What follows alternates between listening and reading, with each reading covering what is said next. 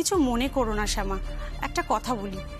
তোমাদের ওই হবু বউটি প্যান্ডেলের কাজ দেখছে, ভালো টাকা চাঁদা তুলেছে, সবই ঠিক আছে, কিন্তু পুজোর নিয়মে ও কি করে থাকে বলো? হ্যাঁ, সেই যে কাজ ওরা করতে পারে সে কাজ তো আর কুমারীরা করতে পারে না।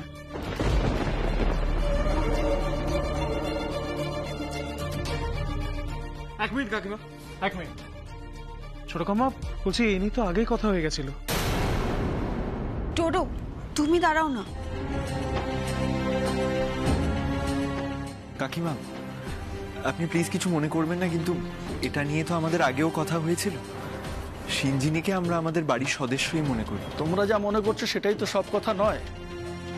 এটা সবার পুজো, মেজরিটি যা বলছে সেটাই হচ্ছে আসল কথা। আর মেয়েটা যে খারাপ সেটা তো আমরা বলছি না, কিন্তু সমাজে থাকতে গেলে কিছু সংস্কার তো মেনেই চলতে হয়। ঠিকই তো বলেছে। হ্যাঁ, তাই তো। আমি বলছিলাম কি টুসি বৌদি, দেখুন আমি কিন্তু আপনার কথায় অমত করছি না। আপনারা সবাই তো বলেছেন এই পাড়ার পুজোটা নাকি সবার, সেখানে একটা মেয়ের বাদ দেওয়ার কথা বলছি না শ্যামা, বলছি পুজোর কাজে হাত না লাগাতে। এটা না মানতে পারলে আমি মানবো।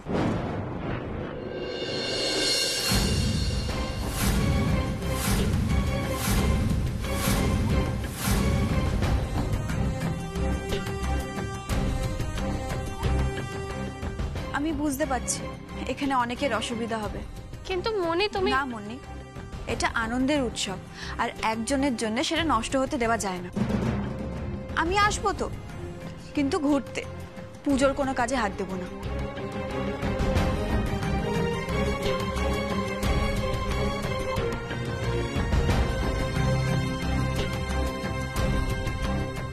কি এমন অসুবিধে হতো তোমাদের? না যত বেশি বেশি। এই তুই চুপ কর। এই যে মেয়ে, তুমি যা বুঝেছো নিজের থেকে খুব ভালো বুঝেছো, আমাদের আর মুখ নষ্ট করতে হলো না। এটা কিন্তু ঠিক হলো না, এরকম লাস্ট মোমেন্টে এসে যদি। সিঞ্জিনী বুঝতে পারছে, তুই বুঝতে পারছিস না, তাহলে সিঞ্জিনী ওই কথাই রইলো, তুমি পুজোর কোনো কাজ করবে না, কিন্তু অবশ্যই প্যান্ডেলে আসবে। মা, আপনি দেখো অনিরুদ্ধ, সবাই যেটা চাইছেন সেটা তো আর আমি বাধা দিতে পারি না। তাছাড়া সিঞ্জিনী বুদ্ধিমতী মেয়ে, ও ঠিক বুঝতে পেরেছে কি সিঞ্জিনী, তাই তো? আচ্ছা ঠিক আছে, তাহলে এখন আমরা যে যার কাজে যাই। অনিরুদ্ধ বলছি, শোনো না। ভালোই হলো ছোট কাম্মা, আমি কৃষ্ণের সাথে বাড়িতে থাকবো আর তুমি অনেকটা নিশ্চিন্ত হবে।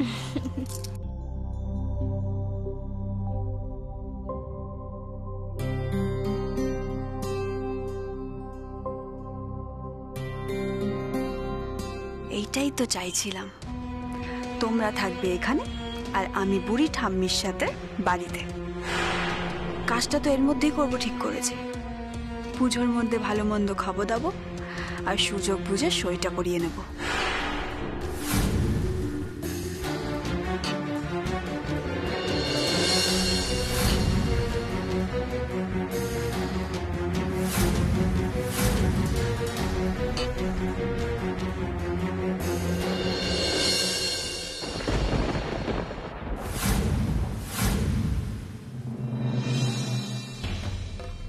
চুপ করে আছিস কেন ডোডো? আমার কথার উত্তর দে। তুই নিজে তোর ভাইয়ের দায়িত্ব নিয়েছিলি, বলেছিলি তাতানকে দেখবি, এতদিন তো তুই তাই করছিলি, ওর ওই সবটা দেখছিলি। তোর ওপর ভরসা করে আমি ওকে বিদেশে পাঠিয়েছিলাম। তাতান চিরকালের সহজ সরল, মানুষের প্যাঁচগোছ বোঝে না। তোর তো কথা ছিল ওকে গাইড করার, কেন গাইড করলি না ওকে? তুই তো বুঝদার ছেলে ছিলি, বড় হলি আর ভাইয়ের প্রতি দায়িত্ববোধটুকু চলে গেল। অদ্ভুত তো বাবা, তোমরা আমাকে এসব কথাগুলো কেন বলছো? আচ্ছা মা, মা তোমরা কি ভেবেছিলে তাতান খুব সহজ সরল ছেলে, তাই তো? কখনো ভেবে দেখেছিলে যে তাতান এইসব কাজ করতে পারে? হ্যাঁ বাবা, ছেলে তোমাদের, আর ওকে মানুষ করার দায়িত্ব কার? আমার। বাবা, আমাকে কে দেখেছে? কই, আমি তোর মতো কখনো এরকম ভাবে বয়ে যাইনি। আর ছোট থেকে দুষ্টু ছিল কে? আমি, ডোডো। আর তাতান কি ছিল? সুবোধ বালক, তোমাদের আদরের ছেলে। আর সেই কারণে তোমরা সবসময় তাতানকে বেশি ভালোবেসে এসেছো।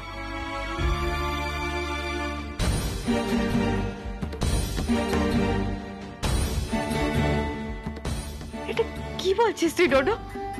ঠিক বলছি মা, তোমরা দুজনে সবসময় তাতানকে গুরুত্ব দিয়ে এসেছো। দেখো না, আজকেও তো তাই হচ্ছে। দোষ তাতান করেছে আর সেই দোষের দায় তোমরা আমার উপর চাপাচ্ছ।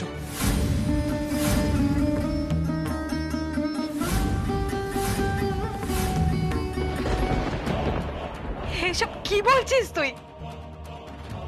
তুই তুই এভাবে কেন কথা বলছিস আমাদের সাথে? মা, আমি স্ট্রেট কথা বলছি। তোমরা আমাকে কোনোদিনই অতটা ভালোবাসোনি যতটা তোমরা তাতানকে ভালোবেসে এসেছো। বেশি বেশি বাড়াবাড়ি করেছো তোমরা, বেশি বেশি করে ওকে মাথায় তুলেছো। সেই কারণে আজ ওর এই অবস্থা হয়েছে। মা, বাবা, তোমাদের আমি এতদিন কেন কিছু বলিনি জানো? কারণ এই যে তোমরা আজকে যেটা এখন করছো, জাস্ট এই কারণে আমি বলিনি, কারণ আমি জানতাম এটাই হতে চলেছে।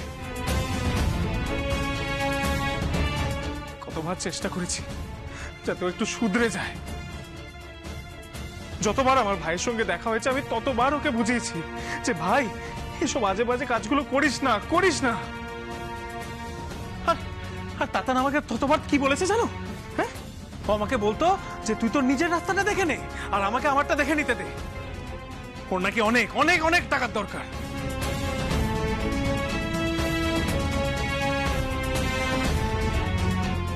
মা, মা তুমি জানো আমি তাতানকে কতবার বোঝানোর চেষ্টা করেছি।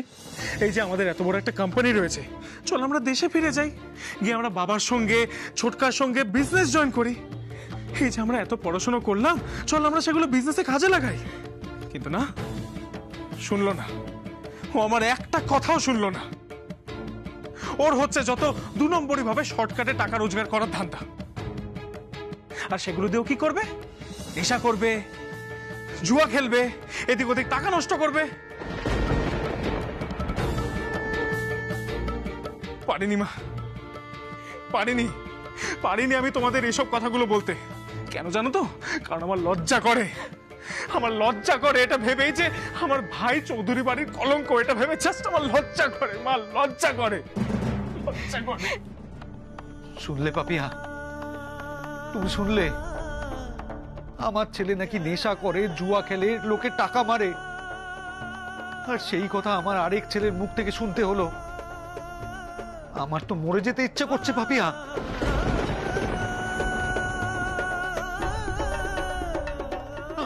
আমি বাইরের লোকের কাছে মুখ দেখাবো কি করে?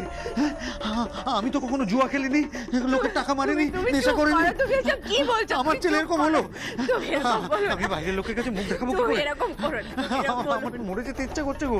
কিচ্ছু হবে না বর্দাদা, আমাদের তাতান ঠিক ফিরে আসবে।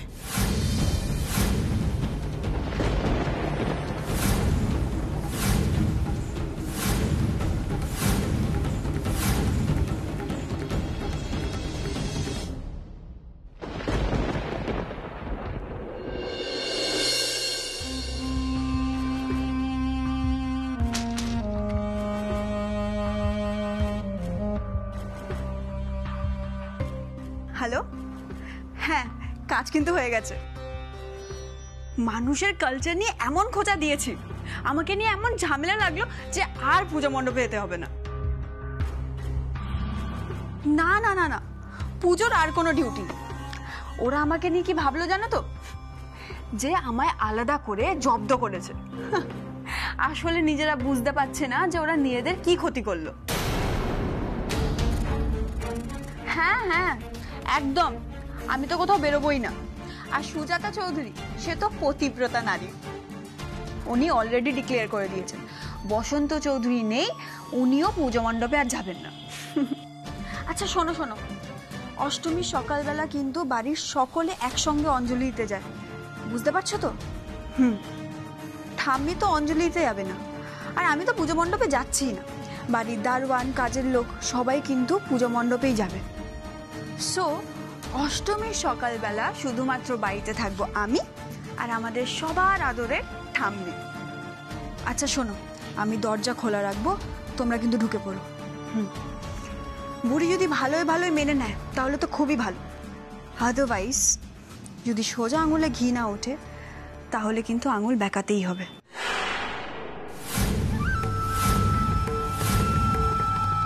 আমি এখন রাখছি। আর বেশি দিন নয় শ্যামা চৌধুরী, তোমার সব কিছুতে নেতাগিরি করা, তুমি সবার ওপরে এটা দেখানো, আমায় ছোট করা, এই সব শেষ হতে চলেছে। অষ্টমীর অঞ্জলির সময় আমি যদি আমার কাজটা করে ফেলতে পারি তাহলে আমি ওই দিনই সন্ধ্যেবেলা তোমায় বুঝিয়ে দেব যে তোমার আসল জায়গাটা কোথায়, এবং এইটাও বলে দেব তোমার এবার কি করা উচিত।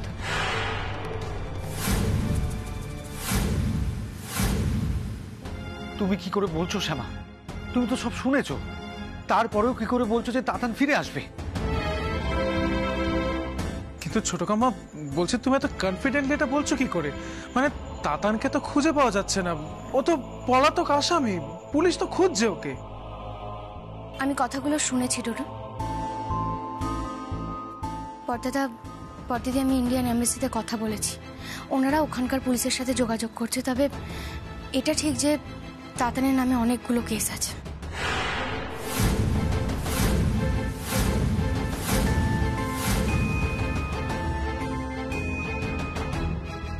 শুধুমাত্র যে টাকা তছরূপের কেস সেটা না, আরো অনেকগুলো জালিয়াতি কেসও আছে।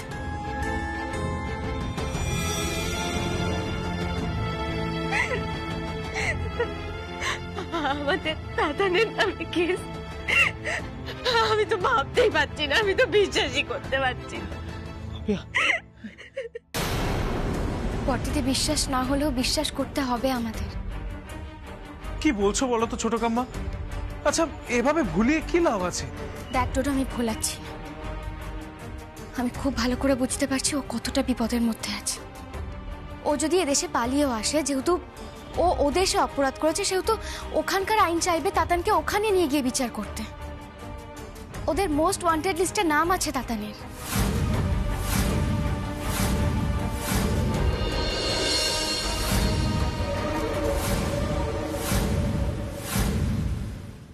কি করব বলো তো শ্যামা? আমি কি করব? নিজের ছেলেকে আমি মানুষ করতে পারলাম না। কি করলাম আমি আমার জীবনে? কি করলাম?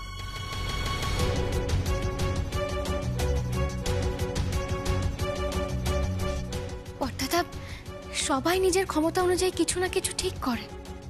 এই যে আপনারা দুজন ছেলেদেরকে এত ভালো স্কুলে পড়িয়েছেন, কোনোদিনও কোনো অভাব রাখতে দেন।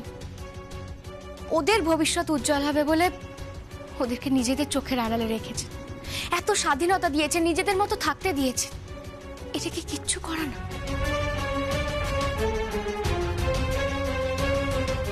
বাবা মা আশা করে সন্তানের জন্য কিছু করার পরেও যদি সে কুসন্তান হয়, সেটা কি বাবা মায়ের দোষ? কেন কেন সেটা বাবা মায়ের দোষ হবে বলুন তো? দেখুন বর্তাদা, তাতানের এই অবস্থার জন্য যদি ও ছাড়া আর কেউ দায়ী হয়ে থাকে তাহলে সেটা একজন।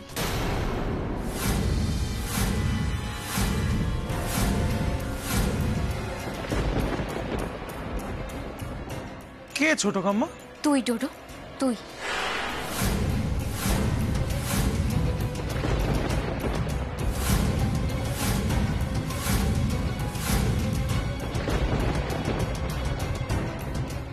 মানে আমি?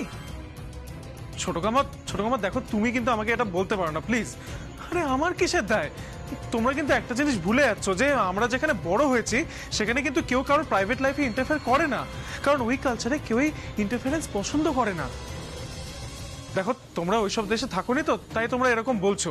যদি থাকতে তাহলে বুঝতে, ওটা কিন্তু কলকাতার পাড়া নয়, ওখানে কেউ কারোর হাড়ির খবর রাখে না। আমি আর তাতান অ্যাডাল্ট হওয়ার পরে আমরা কিন্তু একসঙ্গে থাকিনি, এটা তো তোমাদের অজানা নয়। আচ্ছা দেখো, তাও আমি অনেকবার করে তাতানকে বোঝানোর চেষ্টা করেছি, কিন্তু ও যদি না বোঝে তাহলে আমি কি করতে পারি ছোট কাম্মা? যখন দেখলি যে তুই বুঝিয়ে উঠতে পারছিস না, তখন আমাদেরকে কেন জানাসনি? সবাইকে না জানাস, মা বাবাকে তো জানাতেই পারতি। এটা তুই অনেক বড় ভুল করেছিস টোটো, অনেক বড় অন্যায় করেছিস তুই।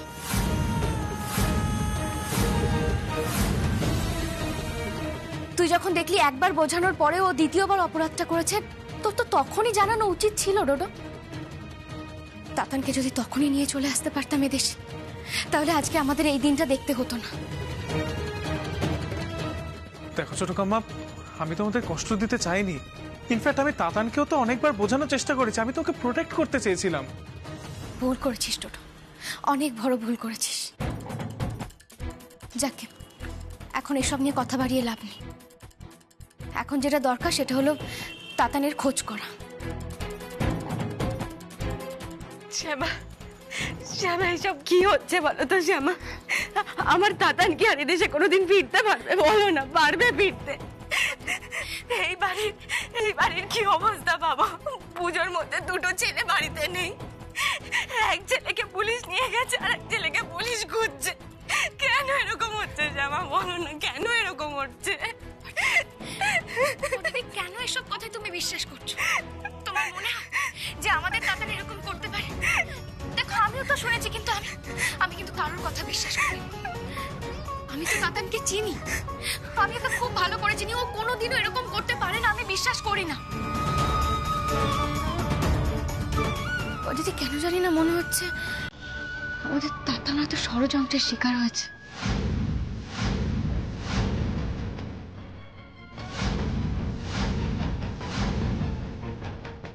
পদ্ধতি, তোমরা তো বাবা মা, তোমরা এক কথায় কেন বিশ্বাস করছো আমি তো এটাই বুঝতে পারছি না। শ্যামা, তোমার সত্যিই মনে হয় সব অভিযোগ মিথ্যে হতে পারে? হ্যাঁ বর্তমান, যতক্ষণ না পর্যন্ত তাতান আমাকে নিজে মুখে বলছে যে হ্যাঁ ছোট কাম্মা আমি অপরাধ করেছি, ততক্ষণ পর্যন্ত যে যাই বলুক না কেন আমি কারোর কথা বিশ্বাস করি না।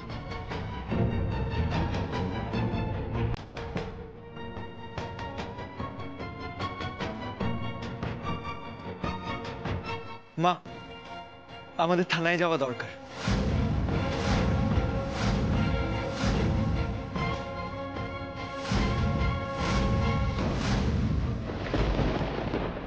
মা, শিবা খুব টেনশন করছে, গতকাল থেকে কিচ্ছু খায়নি, ওর খুব অবস্থা খারাপ। অনুরোধ, তুমি এই কথাগুলো কি করে জানলে? ও তোমায় ফোন করেছিল? হ্যাঁ মা, একজন কনস্টেবলের ফোন থেকে। ওর অবস্থা দেখে ওনার বোধহয় দয়া হয়েছিল। আমাদের এক্ষুনি থানায় যেতে হবে, তারপর গিয়ে কিছু না হয় একটা ব্যবস্থা হবে। চলো এক্ষুনি চলো। বর্তাদা, একদম চিন্তা করবেন না। দেখুন, এর আগেও তো অনেক ঝড় এসেছে, আমরা সবাই মিলে সেটাকে সামলেছি, আর এবারও সামলাবো। আমরা আবার মাথা তুলে দাঁড়াবো। মায়ের আগমন হচ্ছে, ওনার তেজে ওনার আশীর্বাদে পৃথিবীতে যত মন্দ আছে দেখবেন সবকিছু শেষ হয়ে যাবে।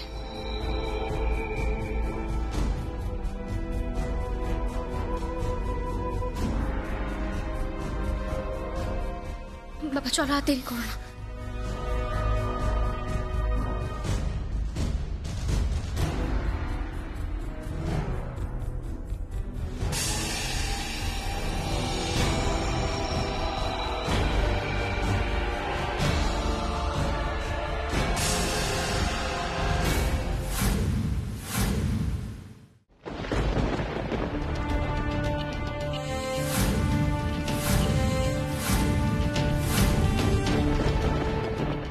অনিরুদ্ধ, কি ব্যাপার বলো তো? শিবাকে দেখছি না, তার মানে কি ওরা শিবাকে নিয়ে কোর্টে চলে গেল? মা, আমরা অফিসারকে একবার জিজ্ঞেস করি। অফিসার বলুন, কি ব্যাপার? অফিসার, আমার ছেলের ব্যাপারে কিছু কথা ছিল। এখন আর কি বলার আছে ম্যাডাম? অফিসার, আমার ছেলে কোথায়? ওকে তো লকআপেও দেখছি না। শিবার তো লকআপে থাকা উচিত, ও নেই কেন? অফিসার, আপনি উত্তর কেন দিচ্ছেন না? বলুন আমার ছেলে কোথায়? দেখুন অফিসার, আমরা কিন্তু জানতে পেরেছি যে কাল সারা রাত শিবা ঘুমোয়নি, কাল রাতে কিছু খায়ওনি। আচ্ছা বলুন না, ও কোনোভাবে অসুস্থ হয়ে পড়েনি তো? অফিসার বলুন না, আমার ছেলে কি কোনোভাবে অসুস্থ হয়ে পড়েছে?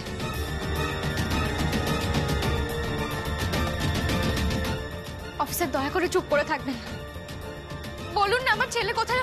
ও সুস্থ আছে তো? অফিসার বলুন না, চুপ করে থাকবেন না, ও কোথায় আছে? সুস্থ আছে? মা প্লিজ, আপনি একটু শান্ত হন। অফিসার কাইন্ডলি আমাদের কোয়েশ্চেনের উত্তর দিন। শিবা অসুস্থ তাই কি ও এখানে নেই, নাকি ওকে কোর্টে তোলা হয়েছে? দেখুন অফিসার, আমরা জানি যে আমাদের অনেকটা দেরি হয়ে গেছে। আসলে আমরা যে উকিলকে ঠিক করেছিলাম সে শেষ মুহূর্তে জানায় যে আমাদের কেসটা উনি লড়তে পারবেন না। অফিসার যদি শিবাকে কোর্টেও নিয়ে যাওয়া হয় তাহলে ওর ওর কেসের শুনানিটা কি একটু পেছানো যাবে না? মানে আমাদেরকে দয়া করে একটু সময় দিন, অন্তত আমাদের উকিলটা ঠিক করার সময়টুকু দিন। আশ্চর্য তো, আপনারা কি কোনো খবরই রাখেন না? এখন এখানে এসে আমাকে এসব অনুরোধ করছেন? অবশ্য বাপ মা এরকম গা ছাড়া হলে ছেলে পিলে তো এরকম দশা হবেই।